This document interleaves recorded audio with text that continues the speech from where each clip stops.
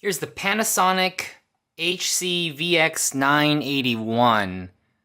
It's a 4K Panasonic Handycam. In this video, I'm going to talk a little bit about this camera because I haven't seen other videos on this model. And I'm going to say, who I think this camera is for, go through some of the features, and then maybe I'll show some sample footage at the end. Here's what the box looks like. The box itself is pretty small. Here's all the stuff it came with. What struck me immediately about this camera is how small it is, but also how small the accessories are. Here's the battery charger slash AC wall adapter that can power the camera with wall power. It's one of those USB plugs that you would charge an iPhone or a GoPro with. And I like how small and simple it is. And here's where the AC connection is. This is how you power the camera, and this is also how you charge the battery. And this little battery can power this camera for an hour and a half, roughly an hour and a half, shooting 4K 30p in its highest resolution.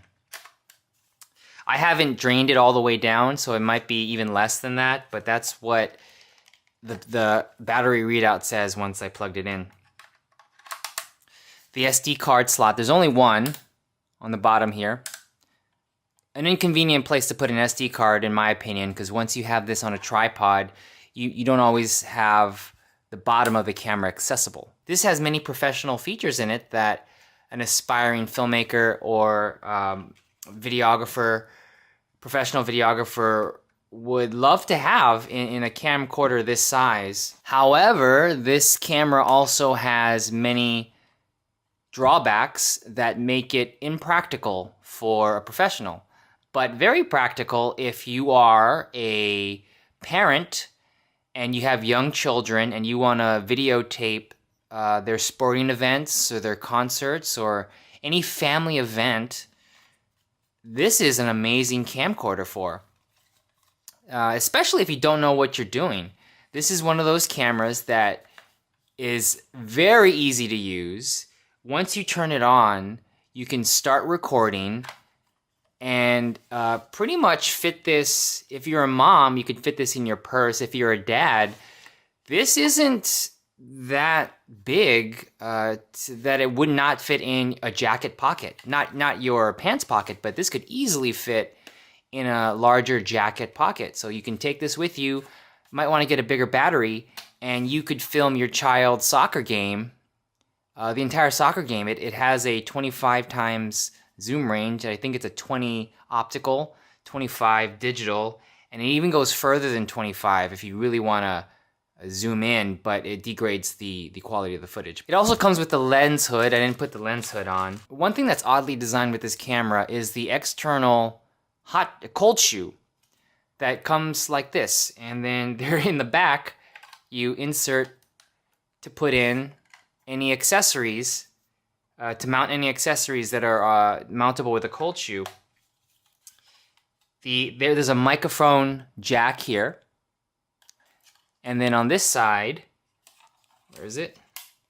Here's a headphone jack. I don't know why they put the headphone jack up here, but there's a headphone jack, microphone jack, so you can plug in 3.5 millimeter microphones and mount them up here, and you'll get a shotgun or whatever kind of external microphone or a light. You can put it here, and then there's an ejection button to take out this cold shoe. Why did they not just put it here? I'm not sure. Or why did they not, have it pop out? So you could easily lose this, and I most likely will lose this. But odd design, different. I haven't seen something like this before. They probably did this because the camcorder itself is so small that once you hold on to it like this, there really is no other place to put a cold shoe. Maybe up here, but this is where they have the 5.1 stereo microphone, 5.1 surround sound microphone, which is pretty nice. It really picks up a lot of, ambient audio. 5.1. It does not work in 4K mode, unfortunately, which mostly you would want to shoot this camera in 4K, but it works in the other codecs. So let me turn on the camera now. Menu, record setup. And here's where you can change the format. So you have 4K MP4, which is a 70 megabits in MP4. 70 megabits isn't great. You know, you would want the GH4 shoots 100 megabits, and then some other cameras shoot 150 megabits at 4K. The Sony cameras have a 70 megabit 4K version. You know, 70 megabits I think is the bare minimum you would want to shoot 4K at as far as the bitrate goes. But this camera shoots that. So let me show you the other ones. Then there's MP4. So in MP4 mode, it's 1080, but you can shoot it 1080 50 megabits or 28 megabits. This can be, I believe it's an automatically 30 frames, but it doesn't really specify this here. And then you can go into the regular AVC HD mode, and once you go into AVC HD, you're locked into 60i or 60p. And then AVC HD is where you can utilize the surround sound. And then the last format option is 24p. And in 24p, you have the option of going UHD 24p, which is the quote-unquote 4K, and then the 1080 24p. The fact that this camera at this size can shoot 24p is pretty amazing in 4K. So I want to go back to 4K MP4, which is the highest quality setting this camera allows. And here's where you can change the optical zoom settings. So, 1500. This can zoom digitally 1500. That's amazing. But you would want to stick with 20 because that's an optical zoom and it gives you the best quality zoom. And, you know, there's not much else you can change. They have mic level settings that you can go manual. They have a picture setting, picture adjustment, where you could change sharpness, color, and white balance, but really, there's no picture profile setting changes. Now, once you get out of those settings, once you choose your settings, you can go into different record modes. So if you don't know what you're doing, you want to go into an automatic mode, or if you're choosing sports, there's an icon that specifically is used for sports. This has a manual mode. That's what I like to shoot in, and if you're a professional or semi-professional or enthusiast, you want to choose manual. And when you go manual, this is an odd scroll wheel, but you have this touchscreen scroll wheel, and you can control your focus, white balance, shutter speed, and iris. And there's also a wheel right here, a custom control wheel here, that you can push in. Oh, turn off the camera. That when you push in, you can select the main controls of the main camera controls, which is focus, white balance, shutter speed, and iris, which is what you would want to have full control over.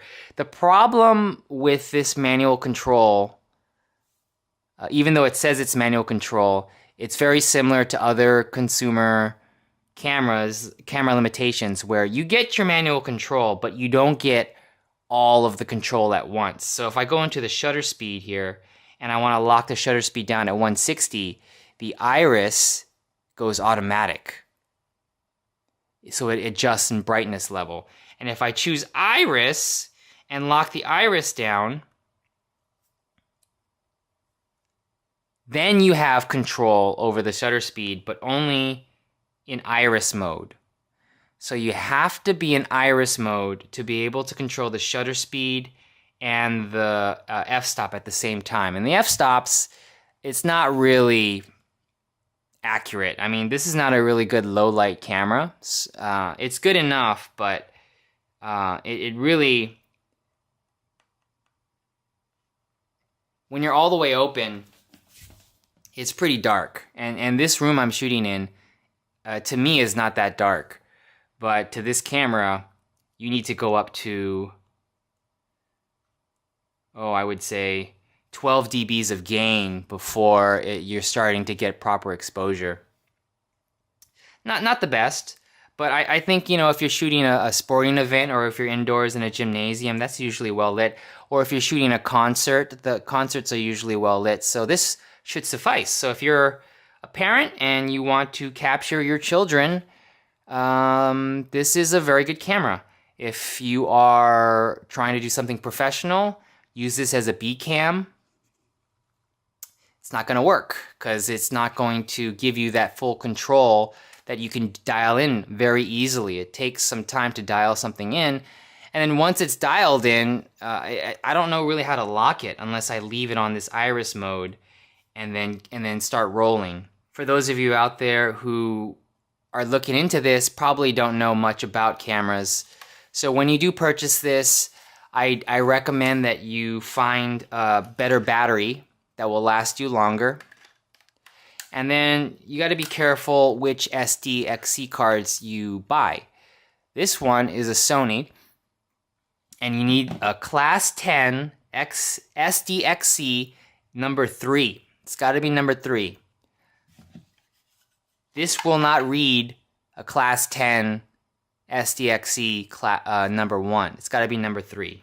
Minimum. It has an automatic ND filter, I think, because there's no manual ND, neutral density filter. The zoom toggle is up here. It's the size of my fingernail.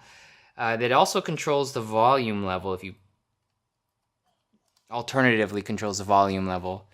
Here's a picture button. You can take still photos in 4K while you're shooting. Let's see, that's about it with this camera. The reason why I got this camera for myself is that I wanted to shoot a video in a studio and mount this on the ceiling looking down to get a bird's eye view. What interested me with this camera is that it has a Wi-Fi streaming, a live Wi-Fi that can sync with my iPhone. So with my iPhone, I can control the zoom and the start and stop with the camera. So I can mount this where I couldn't touch it and use my iPhone to use as a viewfinder to see what it's shooting, how it's framed, and I could zoom in. That was a long delay, and a big battery drain on my iPhone, and a little bit of a battery drain on the camera. So I didn't have it plugged in. So it didn't really work in that regard, and I could not control the f-stop and the shutter speed. I couldn't lock that with the app, so if things changed, then I didn't have control over it. So this really, like I said from the beginning, is meant for a parent filming their kids or a family camera to film, your vacations.